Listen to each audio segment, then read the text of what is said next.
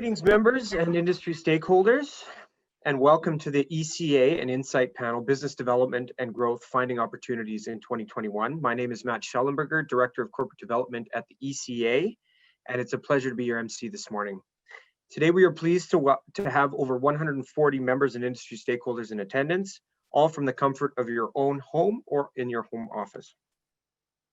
Some housekeeping notes to begin. Please note that for the duration of the session, you will be muted with your video turned off. Should you wish to interact during the session, we ask that you use the chat function at the bottom of your Zoom window.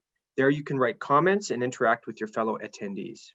Should you wish to ask questions during the event, we ask that you use the Q&A function found at the bottom right of the Zoom window. Ted will make every effort to ask as many questions as possible during the program. Now I'd like to introduce Ted Kouri. As founder and president of INCITE, Ted brings over 25 years of strategic marketing and consulting experience to the table. His proven ability to engage in complex business strategy and multi-stakeholder environments has enabled him to help a diverse range of public and private sector clients with growth strategy, communication, strategic issue management, and brand development. Ted, it's a pleasure to see you this morning. I'll turn things over to you. Yeah, likewise, Matt. It's great to see you. Thanks for the intro and for getting us kicked off. Looking forward to spending the next 90 minutes with everyone. What we're going to do is I'm going to make a short presentation, only about 15 minutes, cover off a few topics, I think, to give some context from a business development and growth perspective.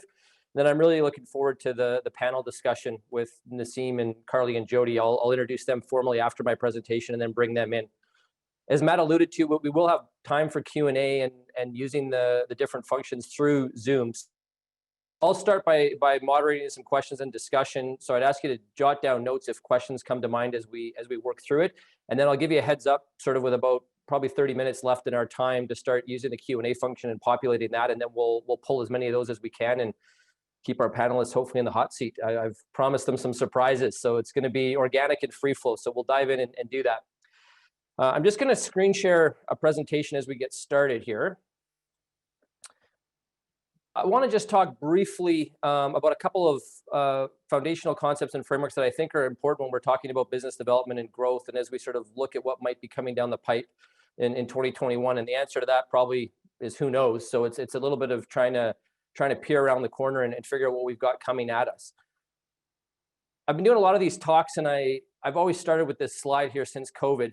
Partly because how often in a business context can you find a way to make Lord of the Rings relevant? But I really, for what we talk about today, the one key takeaway has to be mindset.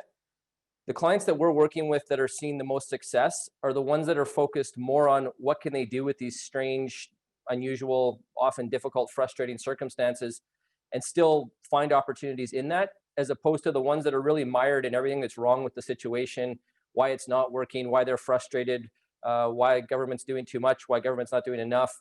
Whatever the case might be, I really think mindset's what drives the most of it. So I really think this quote is apropos, and I really encourage everyone to sort of ask themselves, am I focused on what I can control and what I can do?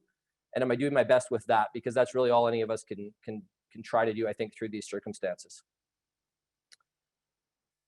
One framework to consider when you're working with your teams and looking at 2021 is where can we find growth?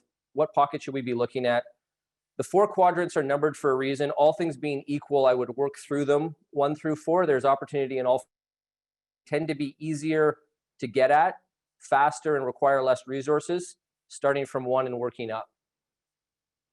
So the first quadrant would be look at your existing markets, existing customers, existing products and services, and just ask yourself, are we getting as much from our existing customers as we possibly can? And if not, how do we grow that? That should be the easiest place to start.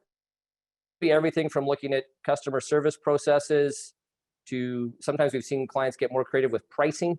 So it's the same customer, same service market, same product offering, but they've adjusted their pricing in a way that makes it more relevant. Maybe the terms are different, something that can appeal, or even just how you package your products or services. A quick example from our world, we do a lot of strategic planning, and what we found in the first 3 to 4 months of COVID was no one wanted to talk about strategic planning. They felt like we can't think 3-5 years out. We can barely think 2 weeks at a time.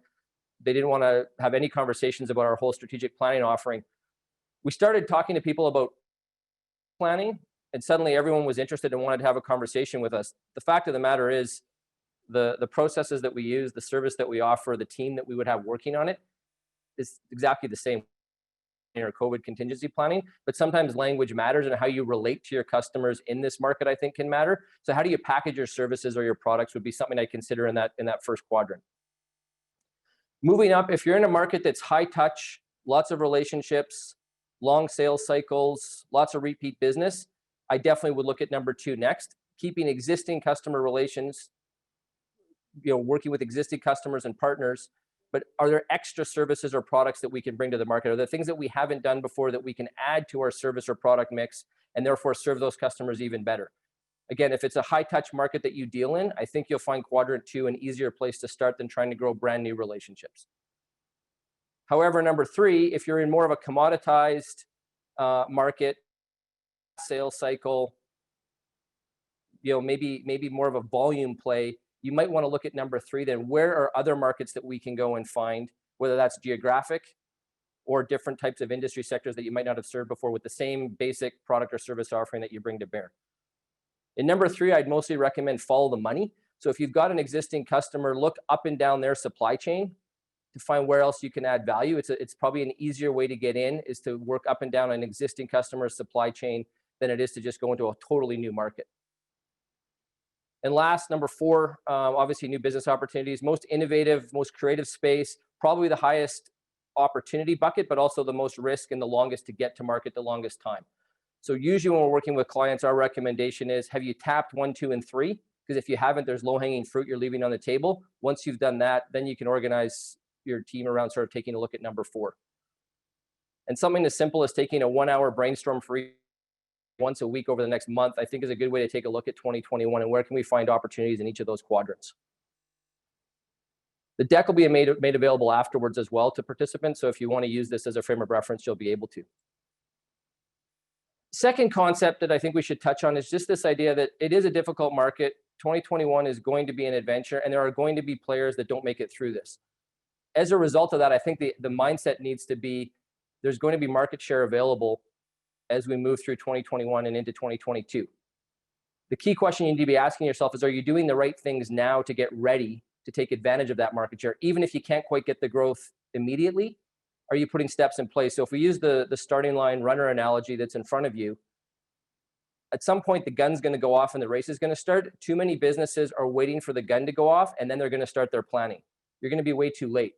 So you need to do your stretching and tie your shoes and visualize your race now while maybe the market's, so that when the gun does go off, you're first out of the blocks and you're going to take advantage of that. And too many businesses, I think, are being cautious about, well, let's wait and see what comes and then we'll get ready. I think you've got that backwards if that's your approach. Couple things you can do to get ready now.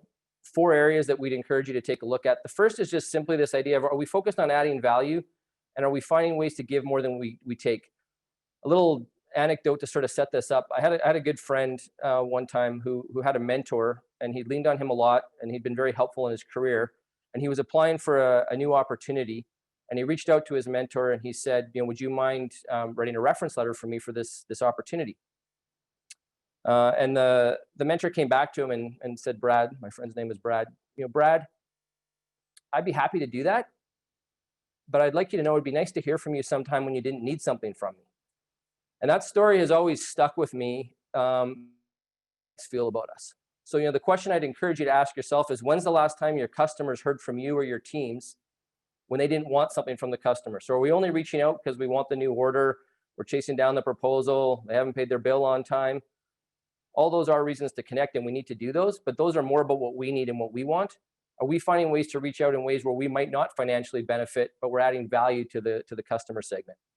So that could be as simple as connecting them to opportunities, sending them relevant information that they need to see, articles, ideas, praising some of their work publicly, whether that's in person, in this world, probably more often online or on social media, given everything that's going on. But finding ways to give more to your customers than you're taking, I think that's hard to do in a tough market, but you've got to double down and do it even more, because I think that pays off.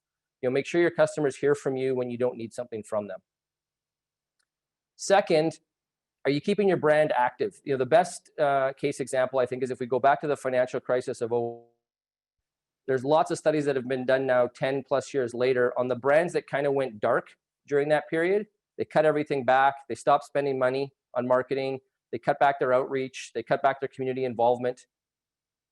They kind of hunkered down and sort of just tried to ride it out. Those brands coming out of that downturn typically did significantly worse, to the tune of 20 to 30% worse in most of the studies, compared to brands that stayed active, stayed engaged, kept their brand and their business top of mind in front of their market. So I get it. Sometimes times are tough. We need to save costs.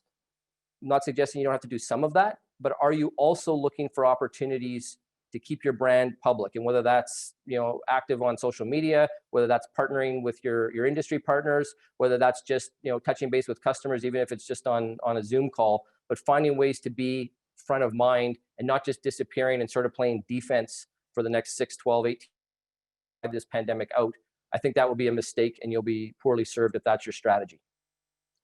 Third is make an investment in systems, tools, training. The number of times we work with clients when times are good and they say, we're too busy to update our proposal. Yeah, our website's garbage, but we don't have time to look at it right now. Our CRM doesn't work the way that we want it to, but we're so busy filling orders that we can't take a look at that. Use some of this downtime if you're facing some of that. If you're in a part of the industry that might be a little bit slower, just carve off a little bit to work on some of those things. Make an investment in your organization back to that starting line, so that when the gun goes off, you've got those things in place. Don't sort of burn this time with a bit of a woe is me mindset and miss out on things that you can be doing to grow. And last would be this idea of centers of influence, or COL. Too often, everyone just wants to get to their ideal customer or their ideal client directly. We want to earn their trust. But if the dotted lines are sort of like a force field, most of us protect our circle pretty tight. We don't let new people in. It's not always that easy to get directly. However, everyone's got these centers of influence that are already partly within their force field. And a center of influence can be a person, it can be someone that the customer trusts, it can be a peer, it can be someone that works within their organization, it can be someone that works at a competitor, it can be a former employer, it can even be a friend, it can be an individual, it can be a company, someone that they work with a lot in the industry, someone that they partner with. It could be an industry association, Edmonton Construction Association could be a great example of that as a center of influence. Even today's talk is a good example. If I had put this out to you and you'd never heard of me, the odds of you signing up are low. But if you've got trust that Edmonton Construction Association puts out good content, you're more likely to pay attention. So find those centers of influence, whether they be media, events, industry partners, individuals, companies that are already inside your customer's sphere of trust, and focus some of your marketing business developments on them to get introduced.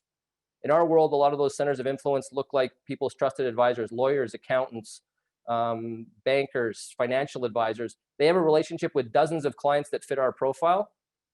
When they refer us in, it's far more effective than us trying to reach all those customers directly one-to-one. So try to identify who some of those centers of influence are. And we don't have time today to walk through all of them, but those are some examples of some of the things that we're seeing high success with in this market.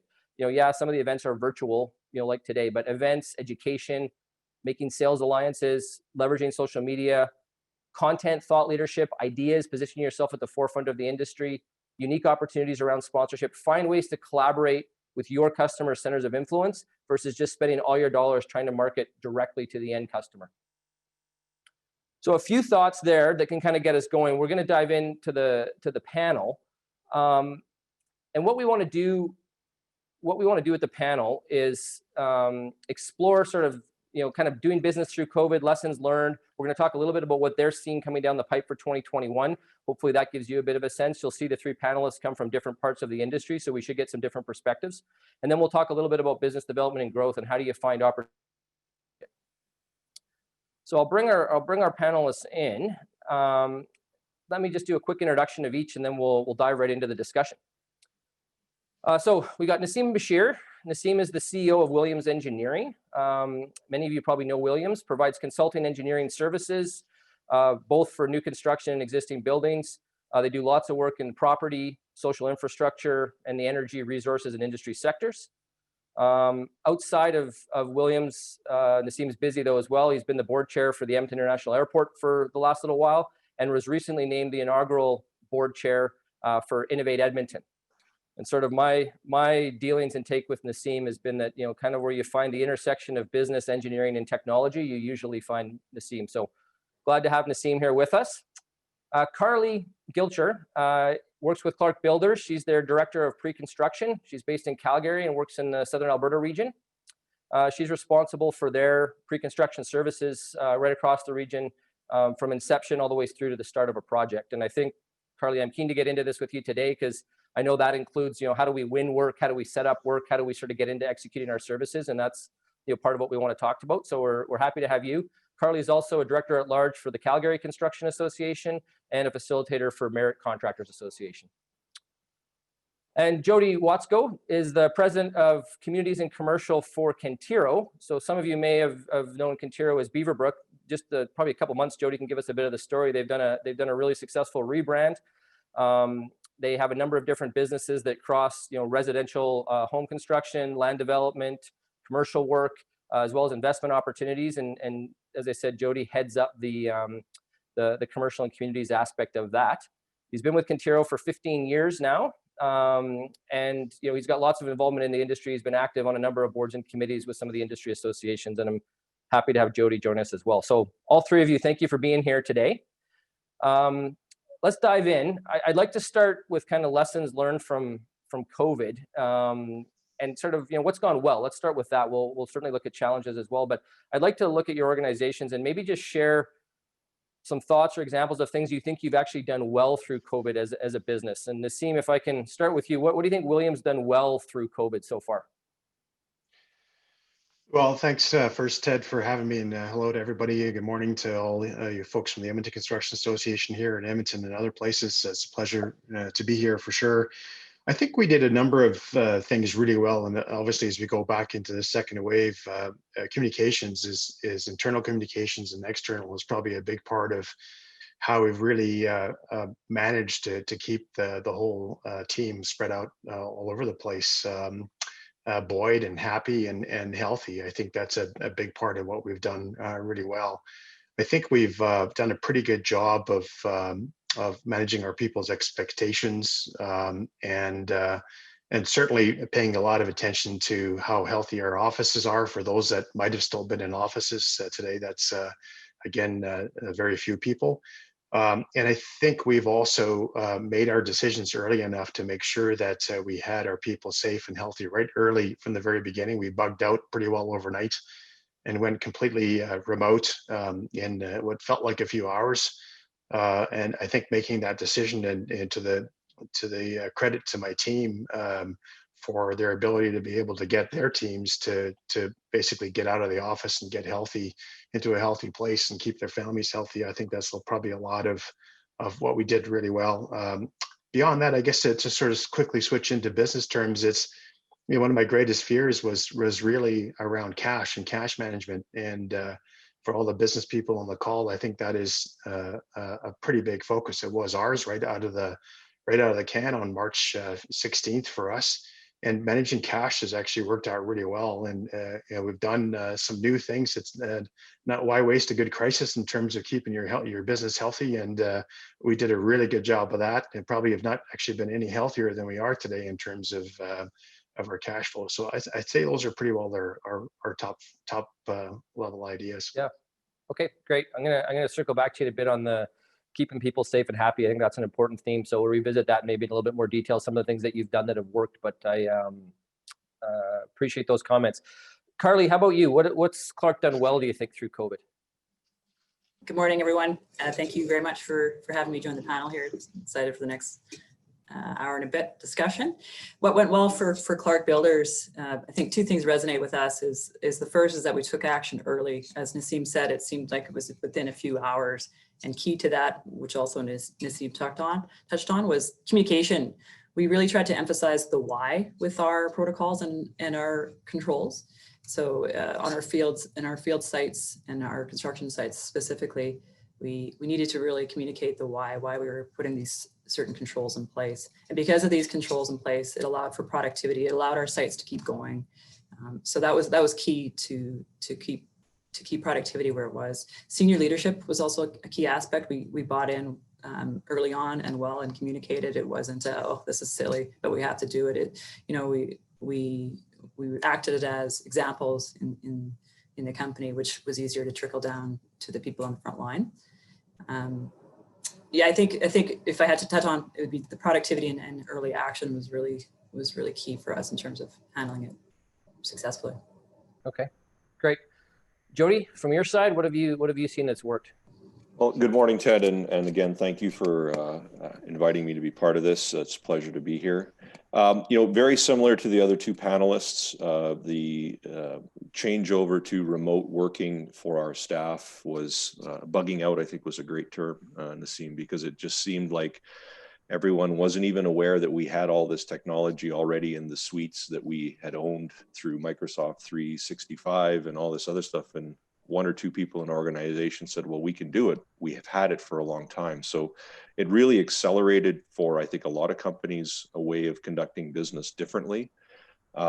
And that was internal, so the way we produce our product. But what I wanted to focus on a little bit in this part of it was how we worked with our customers. So we're in real estate, and the selling process that we sell our product to the consumer, a lot of it is still quite traditional. There's still that personal connection.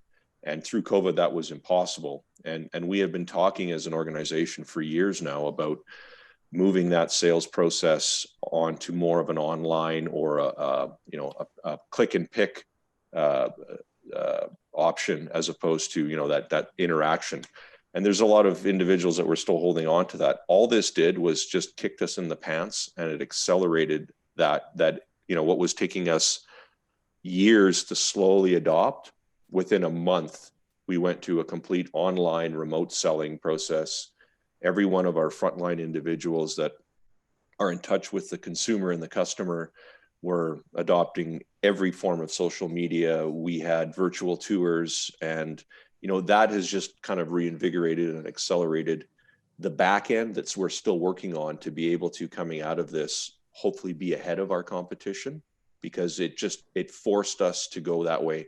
I've seen with the relaxations that happened over the summer, a lot of our companies and competition go back to the traditional way, and we've actually doubled down going the other way. So I think just using this as a catalyst to go where we want it to go, and a bit of a spark was what we did really, really well. And it's actually worked very well, because what it allowed us to do is to continue to have actually better than predicted before COVID sales, which helped us with our balance sheet and cash flow, as Naseem mentioned earlier.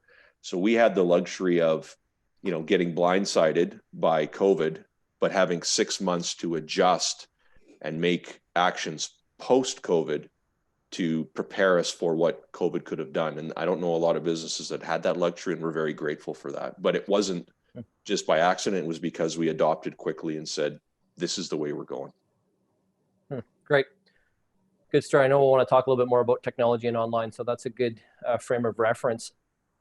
Before I flip the coin to the challenges, maybe I wouldn't mind just digging back. Some of you have brought up communication, and I know we've got folks on the call who would be living this, and some of your business has experienced it too.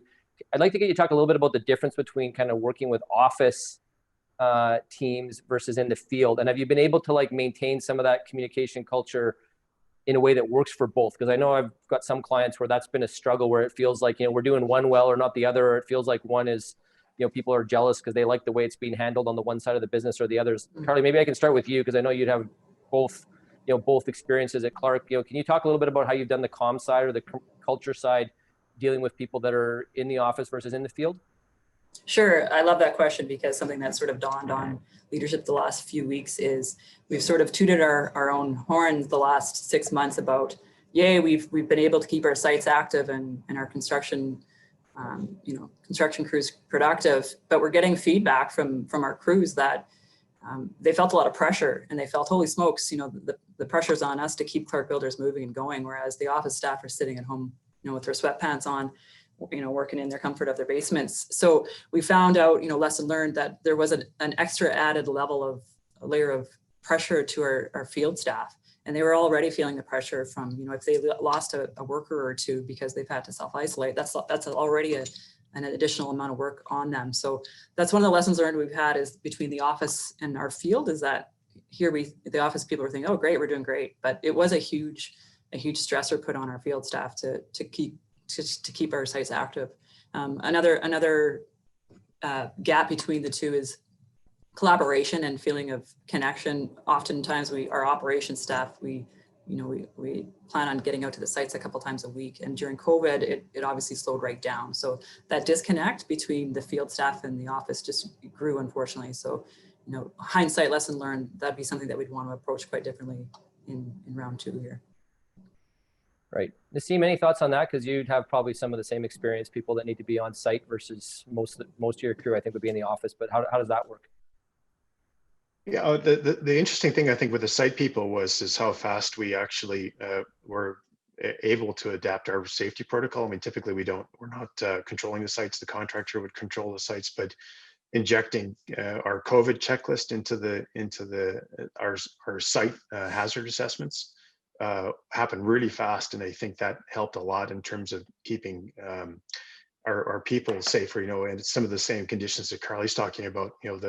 The rest of us, for the sort of office guys, with their sweatpants on, as Carly says, and but then the guys got to and gals got to go really into the field and go and mix it up with everybody else to make sure that that everything's going well on those project sites from an engineering perspective. So that I think there's a little bit of disparity there in terms of how we kept those people safe. But I think that the biggest challenge, though, on the engineering design side has really been, you're in the office. I mean, if you just wanted to talk to somebody for 4 seconds and sort of lean over the cubicle or have a 5-minute conversations about something, or see how that new puppy is doing, or whatever the case is, you just can't do that anymore. And so you have to build in place some other kinds of protocols in terms of how that works, and that's being built into our playbook. We're building a remote playbook to roll out permanently, because we've been going in this direction for some period of time, but our work from anywhere or work from home playbook needs to sort of help a lot of us know how to keep in touch with everybody that's not necessarily in front of us, but that they're part of your team, and they might need a few minutes of your time just to say, hey, how's it going? Or can I help you with this little problem from a distance? Yeah. And I think we're going to see more of that going forward. That's one of the things people commented on in the first few months was, yeah, we can do this remote thing. It's not as hard, but I think it was easier when you've got established teams and established projects and, established cultural norms. But you go coming up on a year and moving into this, suddenly you've got new people you've hired or new projects that you've started, and some of those cultural communication dynamics aren't there. And so I think people have to work harder at some of that. So good points. Before I switch gears, Jodie, anything you want to add on that topic? Actually, yeah, we because we oversee our contractors on our sites, and we very quickly adopted what safety protocols that were out in the field, and we never changed. So the individuals that were responsible to go out in the field weekly or daily continued to do that. And in fact, from leadership, there was a extra effort to touch base. So I would go out and visit the site, wave, say hi. Just to show to the individuals that are out there literally in the trenches that we understand what they're doing and we appreciate it. So, from leadership, there was a lot more time spent on check-ins with everyone within our organization and showing up outside of our organization, that we're not, sitting in an ivory tower. We're all in this together, and we found that we got really good production out of our contractors and did our best to show our appreciation and empathy for what they're going through, because everyone was scared. So if we're saying we're all in this together, you got to walk the walk. Well said. Jodie, talk a little bit about the opposite side. Go back. It's March, April. If you could go back and have a magic wand and have a do-over, like where did Cantiro miss the mark? What would you have done differently? What are some of the painful lessons learned from COVID? Oh boy. I think, well, I'll start with a personal note. I think I would have relaxed more. It was probably, in my 25 plus years, one of the most stressful times, because there's also always some level of certainty and control that you want to implement. And every aspect of life and business was in complete chaos. And, anyone that says that it didn't take a toll on you mentally and physically and emotionally, I think is putting on a brave face. So if I could go back, I think, from leadership and even the company, maybe just relax a bit, because have a little more faith that we can figure this out. But I think the biggest thing, and it was only about the first week, there was still some trepidation, like, should we lock down? Should we send everybody home? Should we go online? Is this just going to just be a blip, and are we overreacting? And I think, looking in hindsight, we've always prided ourselves as being progressive and innovators. And looking back and doing an audit on the actions that we did take, actually, we lived our values by being that decisive. But I would have taken that trepidation out a little bit and even been more decisive. Easy to say post changeover, but that was one of the biggest ones. And, you know, I think a little more touching base with some of the aspects of our business, that there was still some stickiness to the old ways. So I talked about the customer interaction. Some were early adopters and went all in, and there was, and continues to be, some stickiness in that. And I think putting a little more focus on that would have been better. But again, with all of the moving parts and all of the plates spinning on the stage, I really think we executed quite well, and quite proud with what happened. Great. Carly, what about from your side? Lessons learned, things that didn't go so well, things you would do differently if you could? Sure, I'll start with the out of control items that didn't go so well. On the site, we found a real challenge with building inspectors and cities inspectors, final sign-offs. We had a few large projects where, you know, we needed the elevator inspector to come to site, and they just weren't going to sites at that time. So that really had an impact on our projects. Lack of PPE, so hand sanitizer, masks. For the first couple of weeks, it was pure chaos. So we had a really tough time getting the supplies that we needed to our sites. In control, hindsight, what we would probably change if heading into round 2, similar to what Jodie said, is taking a calmer approach, especially on our sites, to general illnesses. You know, knowing what we know now, we probably wouldn't react as severe, so to speak, as we did in the first round. The trickle effect and the tracing has a huge impact on our sites, obviously. So you could be down, 10 to 15 workers because of one potential case. So we'd probably take a different approach with that. Implementing mask wearing a little earlier as well. We sort of, hummed and hawed for a couple of weeks, and in hindsight, we probably would have jumped on that a lot quicker and enforced that a lot sooner. Some of the other contractors did. PCL, for example, they sort of led the way with that instantly. All their big sites had that, so that would be something that we would change differently going into round 2. From an office/business perspective, we'd probably communicate with our clients a little more efficiently and a little more direct. These are the potential impacts that you might see on your project in terms of long lead items. A lot of our material got hung up overseas, so we had some delays with doors and hardware, for example. Just delays caused by self-isolation requirements and sanitizing requirements. So just communicating the potential risks to our clients a lot earlier in the process would be something that we would improve going forward. Great. And I don't know that it's a good thing, but I guess we're kind of maybe get a second do-over at this too. So some of these lessons learned we can put into play based on some of the announcements coming out yesterday. Naseem, what about you? If you look back, what are some of the maybe false steps Williams made, or things you wish you could have done differently, knowing what you know now? There's a number of things. I think at the end, I think we actually managed very, very well. With Jodie, and the first few weeks were sleepless nights, wondering what the hell was going on, right? And you kind of had this feeling that the world was ending as you're in the middle of it. We've got a lot of experience with difficult situations, and that I think helped in terms of you've kind of been there, done that before. Kind of hang on tight. This one's going to be a rough one, I think. So that I think was helpful, but nevertheless, you can't stop sort of worrying.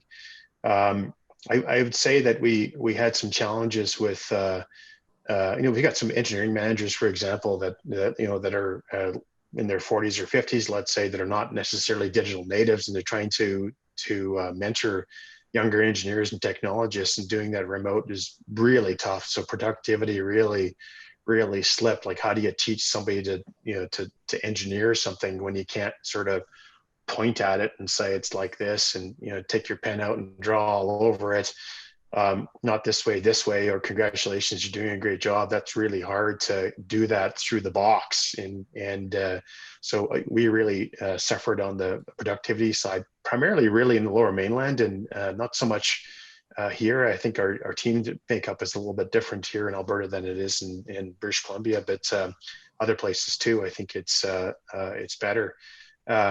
So managing that, I think, sort of getting our people to get on board with our digital transformation earlier on. We've been at it for 5 years, but trying to get, quote, the old guys and gals to get on with it is really, really difficult for them, and for us. Change is difficult, and as you mentioned earlier, Ted, it's really in our case, digital transformation is all mindset, and that is getting people to think and how to do things differently, and that's probably the biggest challenge. I think we had a lot of great tools in place in terms of the tools were telling us, the analytics were telling us that things are going okay, but it's kind of like you're driving down the highway, at 100 miles an hour or something, and the gauges are all saying everything's going good, but you kind of doubt, like, when's the curve going to come in the road, or when am I going to hit an icy patch? And it was just that self-doubt. And I think it would be, if anything, it would be a reminder that we're good at this. We know what we're doing. We're just going to go into this curve, and we'll be fine. Just keep a stiff upper lip, so to speak, as they say in the old country, maybe. Great. Let's shift gears and look at 2021. I know we got lots of anxious folks on the call, probably wondering, what do we need to prepare for? What's it going to look like? And I don't think any of us get paid enough to know the answer to that exactly, but let's all take our best shot. Carly, what do you see, when you're looking at 2021? And maybe if you can answer the question a little bit from both ways. One, just broader construction industry. We've got people on the call from all parts of it. What do you think, just at a high level? And then maybe more into sort of the GC world and Clark's perspective. What are you expecting or looking for to happen in 2021? Sure. I'll start with the broader approach.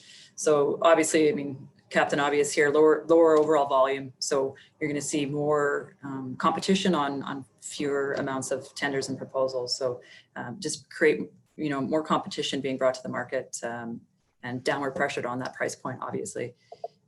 Owners are looking to reduce cost, and that sort of trickles down the project team. Consultants will be expected to do less for more, and that gets passed on to the contractor. So we all just need to be ready for that, and stop doing the whole, these design drawings suck, or that contractor's no good. We have to realize that we're all in the same boat here, and expecting to do more for less. I think that's going to be a huge theme for 2021.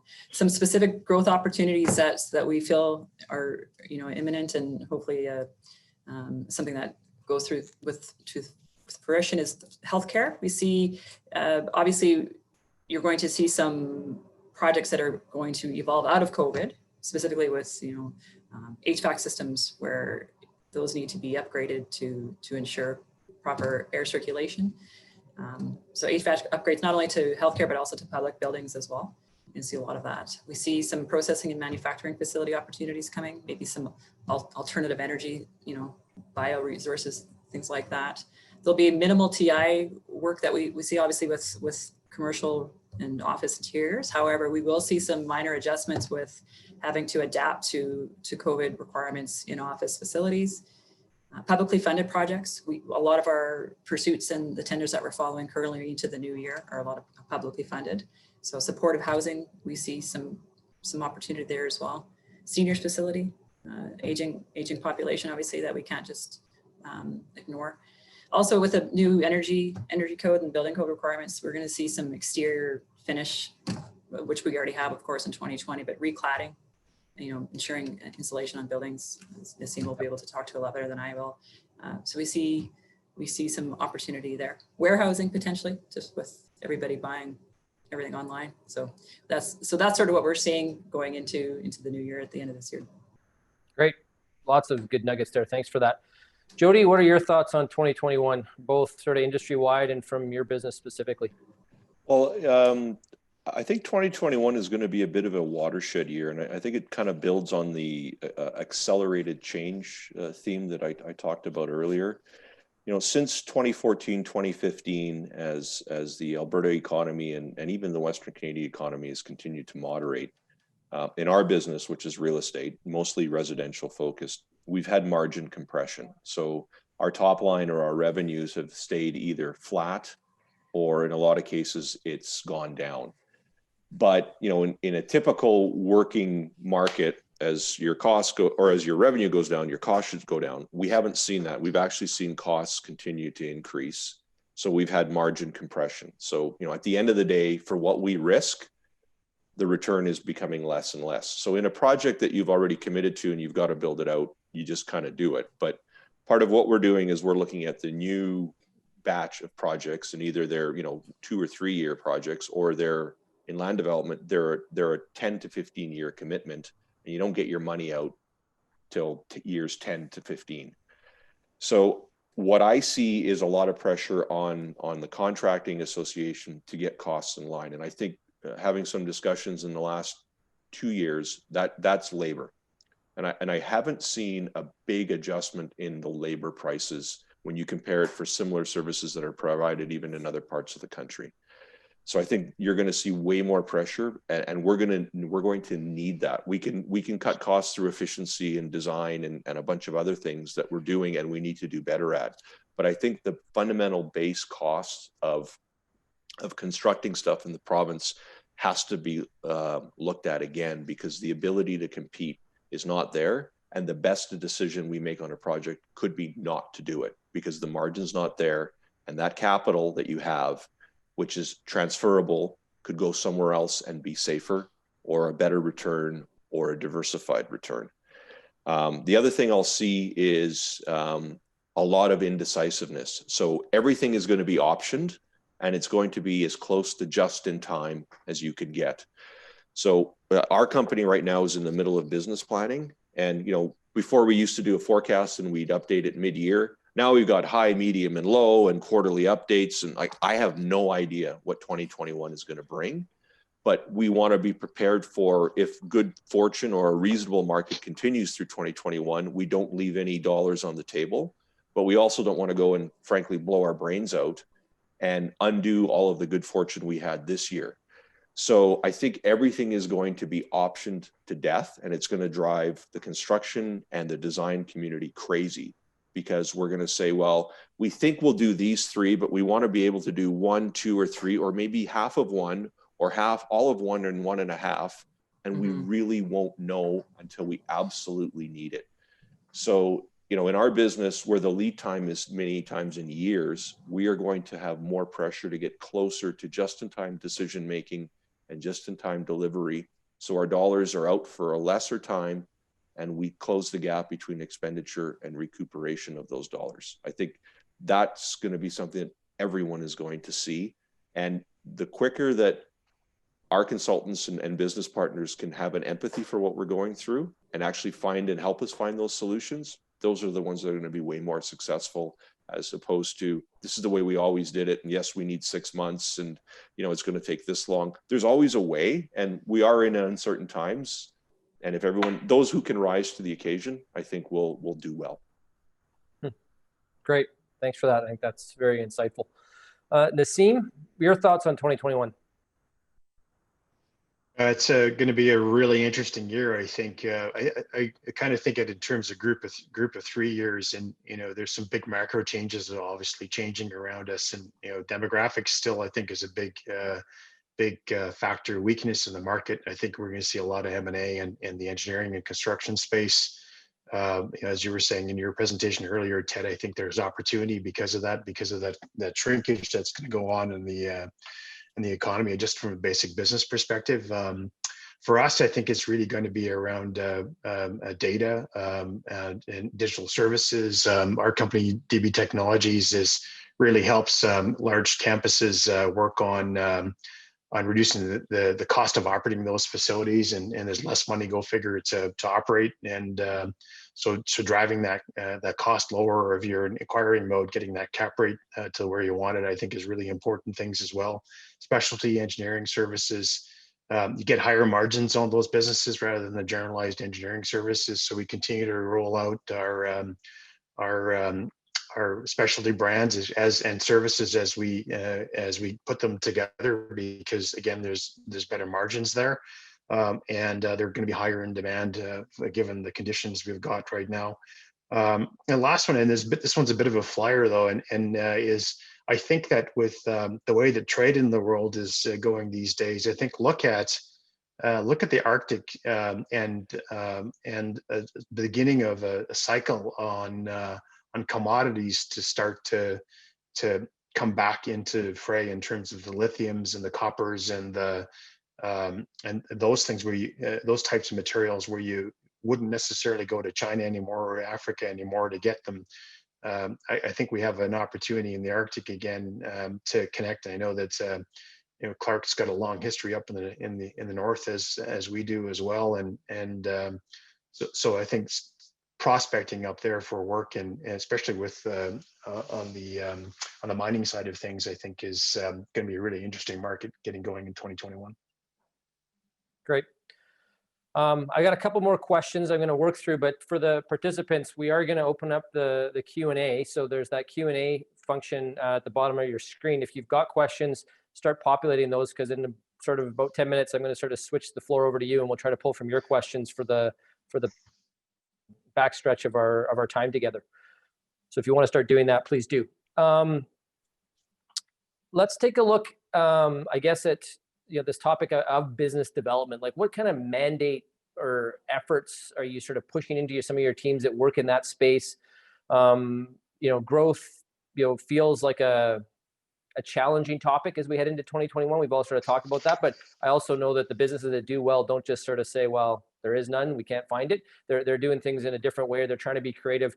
Can you share any perspectives on initiatives, efforts, mandates you're sending into your business development functions and what that looks like?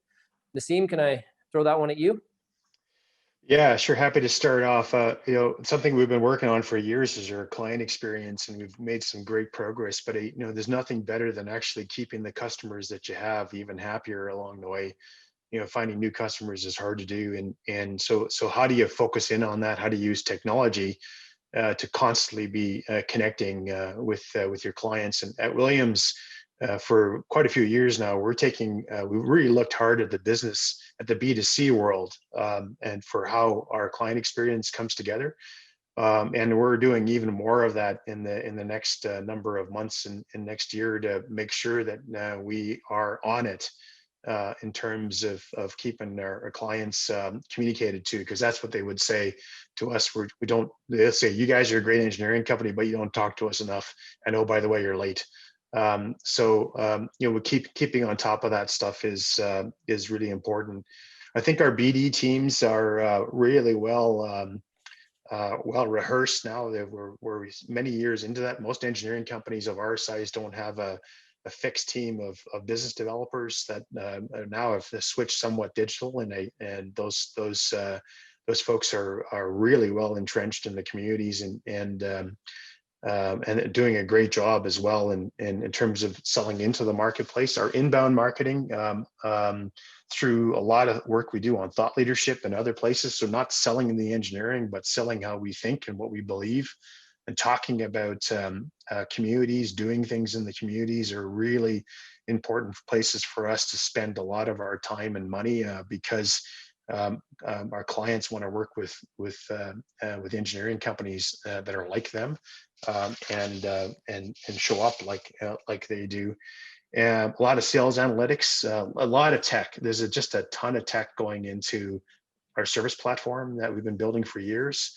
And how do we actually continue to stay on top of what's going on in the marketplace?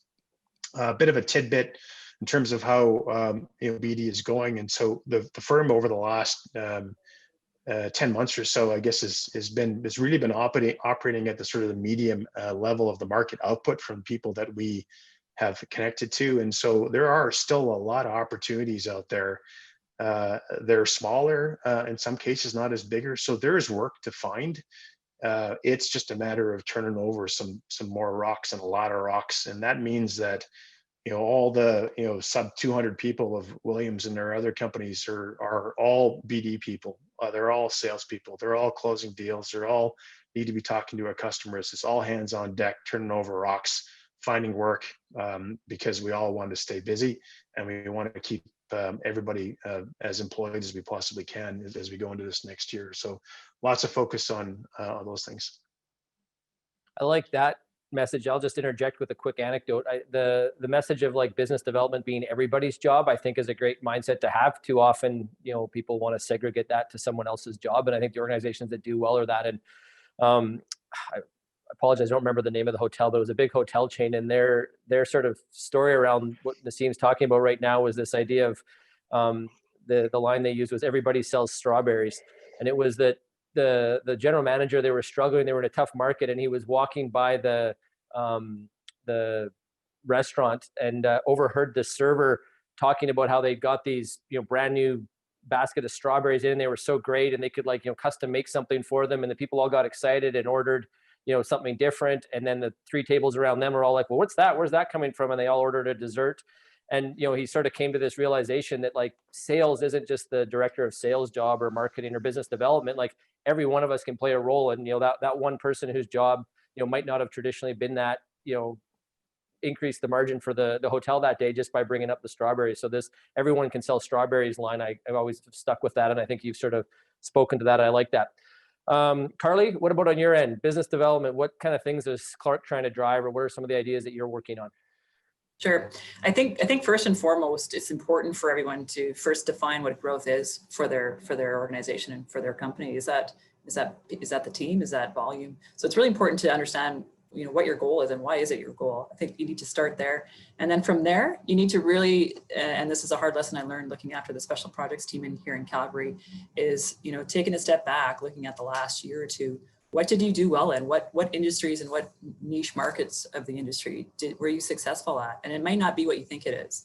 Again, with a failure personal experience, we thought we did really well in, interior renos. We didn't. We did really well in these random sections of the industry that we didn't think we could do well in. So it's, we just assume how we do year to year when things are really good. But if you take a step back and you say, that took 2.5 project managers and it was a $1 million renovation. Does that really make sense?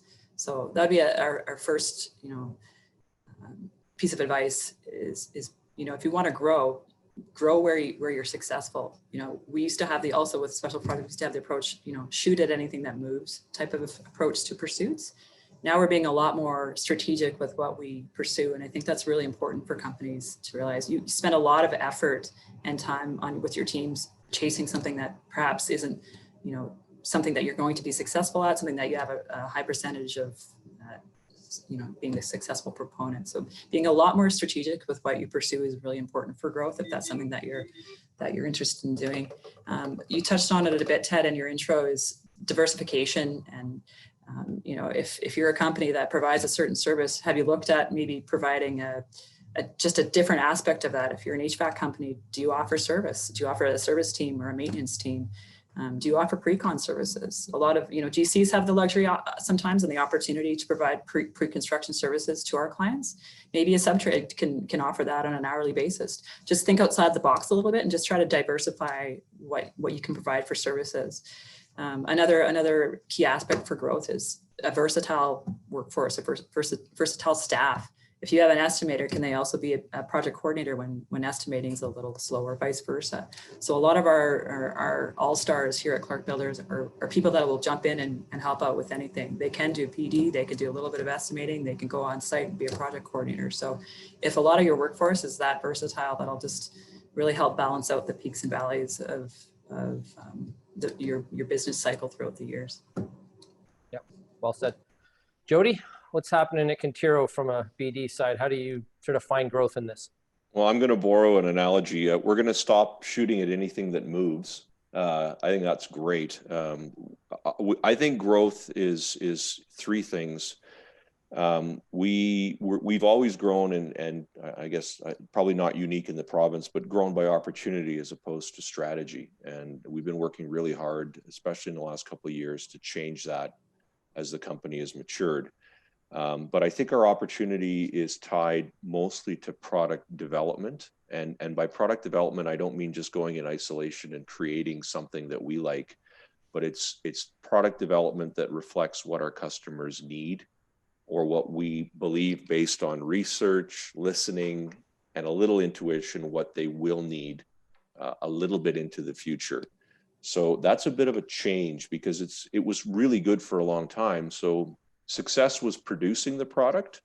Now I believe success is producing the right product under the right efficiencies. And that's a bit of a change in Alberta, but not really a change if you look at other markets that have been kind of past that and have been operating on that. So I think, that's one of our biggest focuses and will be. And it takes a lot of discipline because everyone does yearn for the past because it was a pretty good time. The other thing I think is follow-up. So on everything we do before, I think a lot in our real estate industry, we're guilty of just being order takers, where you can't do that anymore. You actually have to go out there and pound the pavement and work it and plant seeds that may or may not germinate or mature for months or years to come. But that, I think, is the way that you can be successful, is not get it charged by success, but get charged on setting yourself up for success. Great. We got a few questions in the Q&A here, so I'm going to try and grab a couple of those, and then we'll Keith has one about, I'll add to it or paraphrase a bit, Keith, but, there's, we're not taking people to hockey games, there's not, going to be as many lunches or events and some of the traditional ways of connecting and meeting people and driving business development with that in person. So what is that going to look like, at least for the next little while? Where are you having some success doing some of those traditional relationship building activities, but maybe you have to do them online or differently? Any thoughts on that? Carly, can I start with you?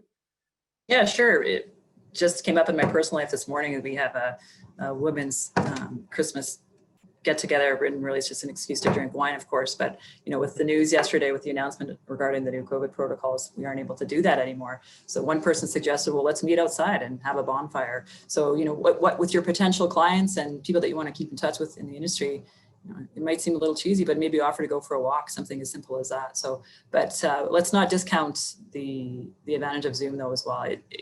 When COVID first started, it seemed a little awkward to just book a Zoom session with your colleagues and your connections, but it does go a long way, even if it's just every few weeks. Just, hey, can I buy you a coffee over Zoom, or can we have a coffee together, type of thing. So don't discount the advantage with virtual connections, but yeah, if it's warm out, maybe suggest going for a walk. Great. Naseem? I like that idea. Actually, I got one of those meetings coming up where it's going to be somebody's coming in from Vancouver, and I suggested, look, they're from Vancouver, they only know what rain looks like, so they don't know what snow looks like. But we're going to go outside at -10 or -15 with a coffee, and we're going to go for a 1 hour walk, and or if you want to go snowshoeing, I got maybe a pair of those too that you can go in, as well as. I think it's a great way of connecting with people, but it's just get outside because it's safe, and there's nothing wrong with winter. Heck, we live in Edmonton. We should be able to get outside in the wintertime. It shouldn't slow us down, which is my big thing this year. The other place too, and I mentioned a bit of it earlier, is just volunteer. Just jump on anything that you can possibly pay attention to and get involved with that you like to do. Wherever it is, and just get out there and roll your sleeves up and help, and you'll meet lots of interesting people. You make some friends, you'll make a lot of contacts, and I think in our business community, especially here in Edmonton, it's people want to work with people that are contributing to the community in the same ways. So just do as much as you can on that stuff, and from the leadership team perspective, is give your people permission to go out and do that kind of work, because it's all of it relates to getting work. It's all part of your network. So get out and spend some time in the community. Great, thanks for that. Jodie, your thoughts sort of in a COVID world, how do you do some of that relationship building? Well, I see an opportunity in virtual meetings. Of course, nothing ever replaces one-on-one.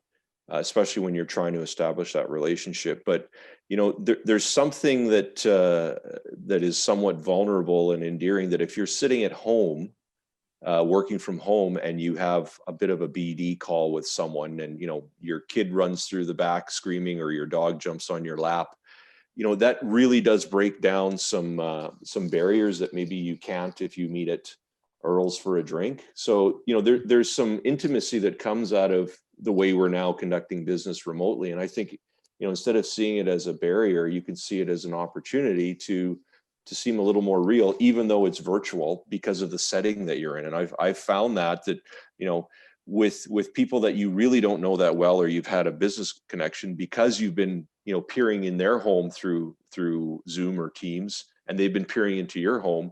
Yeah, the conversation maybe goes off to a little bit about, what's on your wall or your kids. And it's another way to interact with human beings. And what I've found is that likely what you're missing in terms of that interaction and those connections, the person that's on the other side of the screen is missing that too.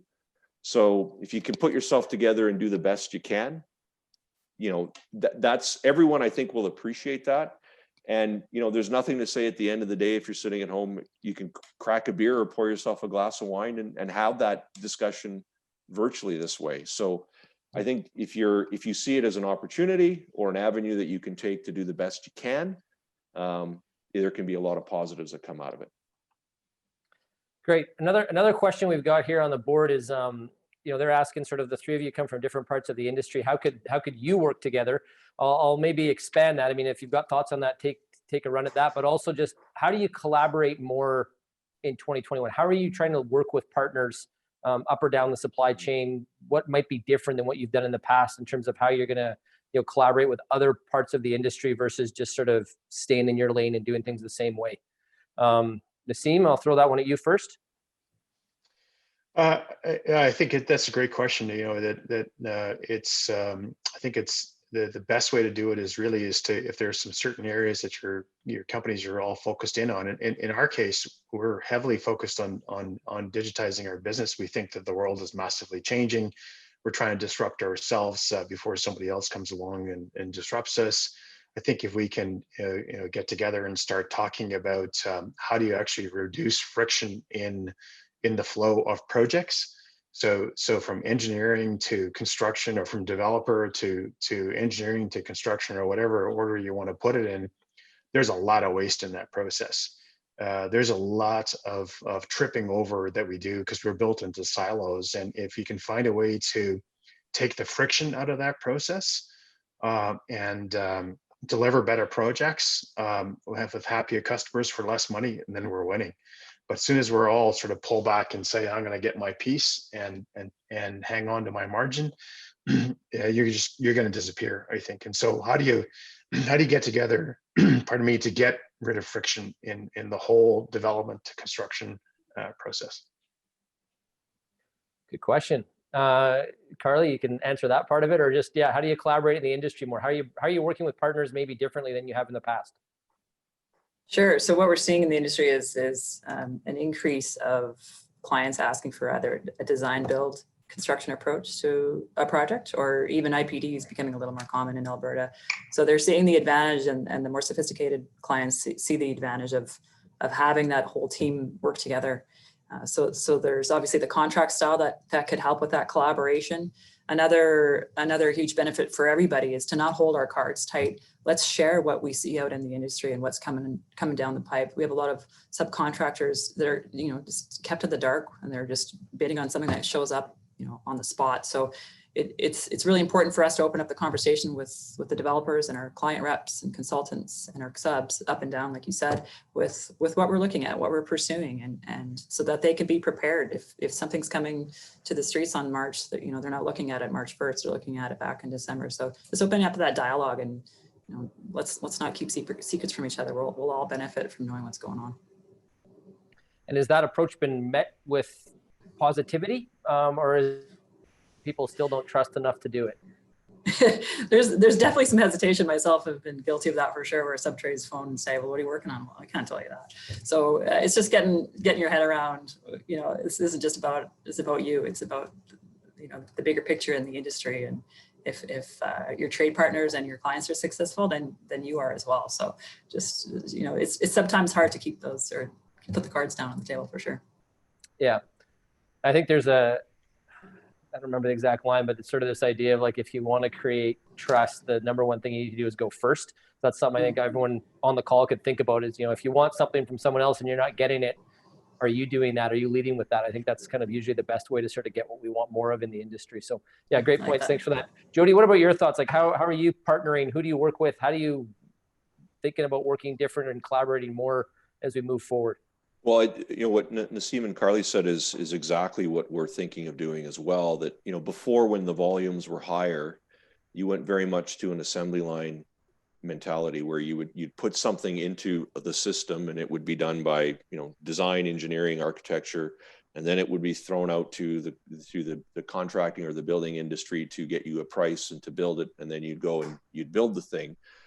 What we're looking at now, and again, by looking at this moderation in our volume as an opportunity, is to involve those disciplines a lot earlier. Because I think, again, because it was going down that assembly line for so long, people got stuck in ruts, and it's human nature, and just kind of did what they did before, and then it got handed off and it got built. I think taking the end of the process, which is the actual building part of it, and have them inform the conception and design of projects early on will make us all more successful. So we started to do that. And again, COVID has just accelerated that for financial reasons, that whatever we're doing, when we're thinking of it in our business planning now and looking at building it next year, we're starting to have those conversations about using the term "what about," and we're challenging everybody. What about this? What about this? How can this be? Is there another way? So it's asking more questions early on, and not just dealing with the design aspect or the financial aspect, but actually getting to the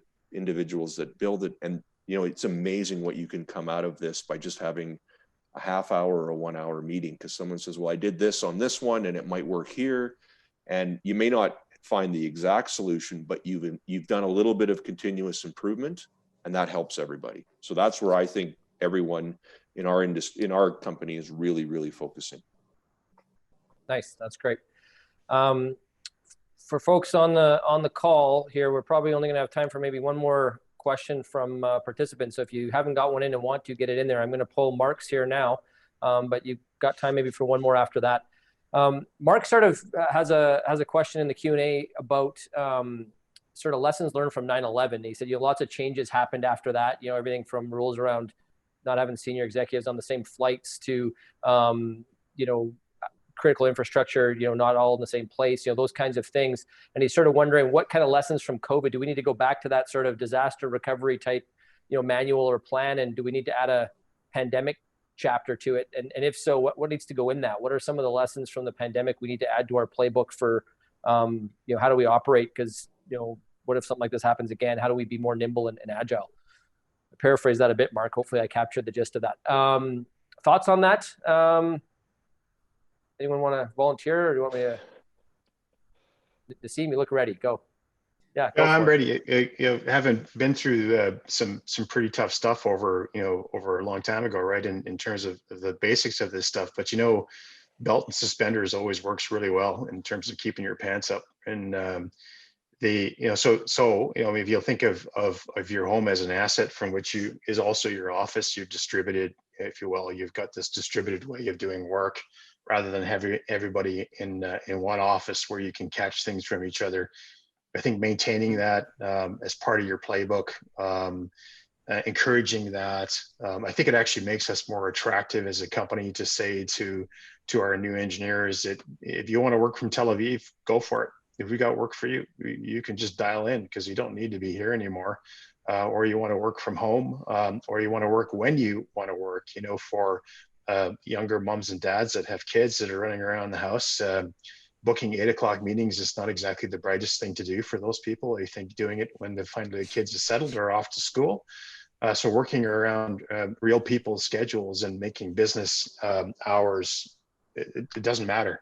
Hours don't matter. What you achieve does. And so how do you sort of restructure the work? It's kind of a future of work conversation more than anything. I think it actually builds the at least a way to fail into the process if you're distributed in terms of how things get done. To me, that is the best part. Also going asset light. And this, we don't need to have, and we got a pretty big office downtown Edmonton, and there's nobody in it today. And it costs us a lot of money to be in that office, and the signage looks great. I hope the lights are on, but I haven't been there for I don't know how long, right? So being light on assets, I think, lets you pivot faster if you need to move around. And so, maybe a little bit lighter on the commercial real estate for us is not gone, but a little bit lighter. Yep, great. Jodie? I think there's two lessons you can learn. I don't think you can ever plan or completely retool your business based on a once in 100-year event that basically changes the course of the world. I think if you did that, you might take away from optimism and going forward, but you can certainly learn a lot of lessons from it. But adding too much of that might actually hurt you, because you're always worried about what might fall, and you always have to take a leap of faith when you're risking in business. So I just put a caution on that. What I would say though is looking for a plan B in whatever your decisions are. So if you're in business and you're investing and you're risking, you're inherently an optimistic person that always looks at a glass half full. But I think what this has taught us is that whatever decision you make, there should be at least something that's running in maybe a muted, but a parallel process, that if something bad happens, what's my downside? What's my worst case scenario? How can I exit? Of course, I'm gonna go with what I think is the market and the opportunity. But if I make this decision and things don't go well, or something blindsides me, what is my real downside? And I think that's kind of important, not to where it kills you and paralyzes you, because that's not healthy, but just having that in the back of the mind might help you, first of all, conceive a better project or a better process. And it just might keep the discipline going a little bit further. So that's the one thing that we've taken away from it is, what's the worst thing that can happen? Well, I think that's a great point. The other thing I like about sometimes the worst case scenario is I actually find it brings stress levels down sometimes, because when you actually explore them, you might realize they're not quite as bad as I thought they would be, or we actually can manage them. So back to your comment about the earlier part of the pandemic of maybe just relax, diving into that exercise actually can help. Because instead of just thinking about it in your own head, you've socialized it with the group and you feel like there is a plan in place. So good suggestion. Thanks for that. It's nice to have your shoulders drop back to normal instead of up here for months on end. Yeah, for sure. Carly, what are your thoughts on sort of that? Yeah, what part to our disaster planning tab do we add as a result of the pandemic? I think being lean, we use the term lean here at Clark Builders. You use the word nimble, which I also like. Is fortunate for Clark Builders, we didn't have to see a lot of layoffs and a lot of decrease in workforce when COVID hit, even though a lot of our projects got put on the back burner or canceled altogether. So I think, in terms of getting through something like this again, it's important to be very lean. Also being flexible, I think, as Naseem said, with different generations being open to working from home and different hours at night. Some people are more productive at night. Just being open to that and to what works for your people. Sometimes 8 o'clock meetings, like was already spoken about, don't work for people. So just being open to change, I think, is the third point. Is, as you mentioned earlier, I think, Ted, is you can sit back and grumble about how much the COVID pandemic has impacted your company, or else you can, I think, as Jodie said, use that as a pivot and use that as a way to grow and to change and to improve. So being a grumbler and telling everybody how bad your luck isn't going to help you get through these again. Perfect. And that was promise made, promise kept, Carly, because Jodie promised he wouldn't use pivot and you said you would, and you did right there. So that's good. Got it in there. Naseem did as well. So I was happy. All right, I missed that one. All right, good. There you go, Jodie. We're driving it home for you. Okay, just conscious of time, and I want to be able to throw it back to Matt here in a minute for I'm going to sort of take the moderator's prerogative and ask the last question myself.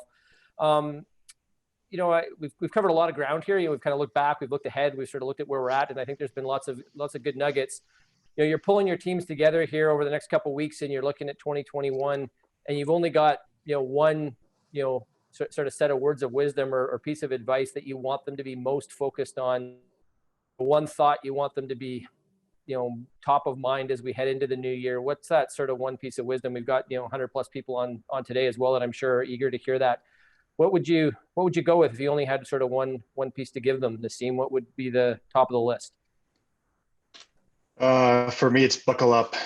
It's going to be a heck of a ride. Get ready for lots and lots of change. It's going to be constant, and the rate of acceleration of change is just not going to slow down at all. It's not so much get used to it. I think that's the wrong set of words. It's more like embrace it and give it a big hug, and get ready. It's going to be fun. That's good. Do you have any thoughts, Naseem, how people do that? You know, I think it's a great point, and it's going to be needed. Any personal advice on how you sort of manage all the change? What works? I think just constantly trying to communicate, making sure that that everybody understands your strategy in the firm and elsewhere too. Knowing that the future is not scary, that change is not bad. I think just keep talking, keep showing them that there's lots of good that comes out of these things that we're going through, and we're here to support them. We're not here to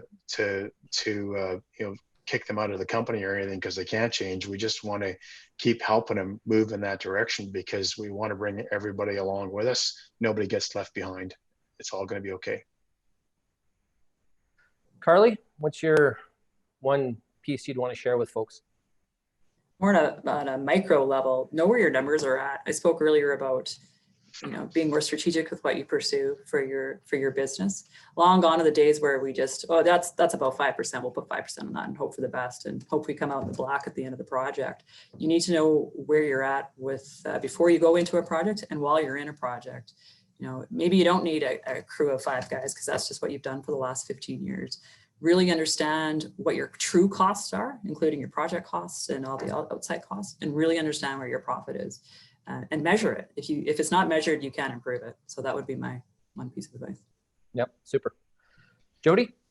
My advice would be to take a deep breath and actually look back and take some comfort and some pride in what everyone's been able to achieve in navigating, which no one could have been prepared for. If anyone says they knew what to do or they were ready to it, they were just lying. So taking some pride and taking a deep breath, recharging as we get into December and the Christmas holidays, because to Naseem's point, 2021 and beyond is not going to be business as usual. So it's going to take more energy, more vigilance, more effort, and more questioning using why, how about. So take some comfort in the fact that you got through pretty much hell and rest up, because now we're going to find our way out of it and we can all do it together. But, everyone did an amazing job in our organization. And I think giving them a pat in the back and saying, take a deep breath, recharge, let's go. Yeah, well said. And I think I'll throw in my quick one is actually from my dad. It's funny, I always get annoyed with my dadisms that he said growing up, but now they actually mean something to me in the work world that I'm kind of pleased he shared with them. But his one idea of, just do your best. No one expects anything more. And I think that kind of speaks to what all of you have just talked about there as well, that, there's going to be challenges for sure, but, all any of us can give is our best. So if we've got that mindset, I think we'll do well. I want to thank the 3 of you. That was great. I know your time is valuable. To spend 90 minutes with us, means a lot. I know you as individuals and your companies, to be people that want to engage and be part of growing the industry. And I think, today's a testament of that. And lots of great nuggets there. I hope people were able to walk away with something that they can apply in their organizations and reach out to you. So thank you very much on my behalf. I'll throw it back to Matt here for a wrap up. And thanks to everyone who joined in today. Yeah. Thanks, Ted. I really want to echo that. And, big thanks to Carly, Naseem, Jodie. I think we had a lot of engagement, both on the chat and the Q&A function. There was some, I don't know if you've been following it, but there were some generous compliments there as to, the way that you shared your insights. So a big thanks on behalf of the ECA and to you, Ted, for, giving us the presentation, enlightening us, and moderating the panel today. So a big thanks to everyone. Just a quick note, we have recorded the session today. So if there were some nuggets there that you want to go back and hear again, or if you have some people on your teams that perhaps need to hear that, we'll have that available here shortly. And with that, I'm going to thank you all for engaging with us today, and wish you a fabulous day. Everyone take care of themselves, be safe, be healthy, and take care.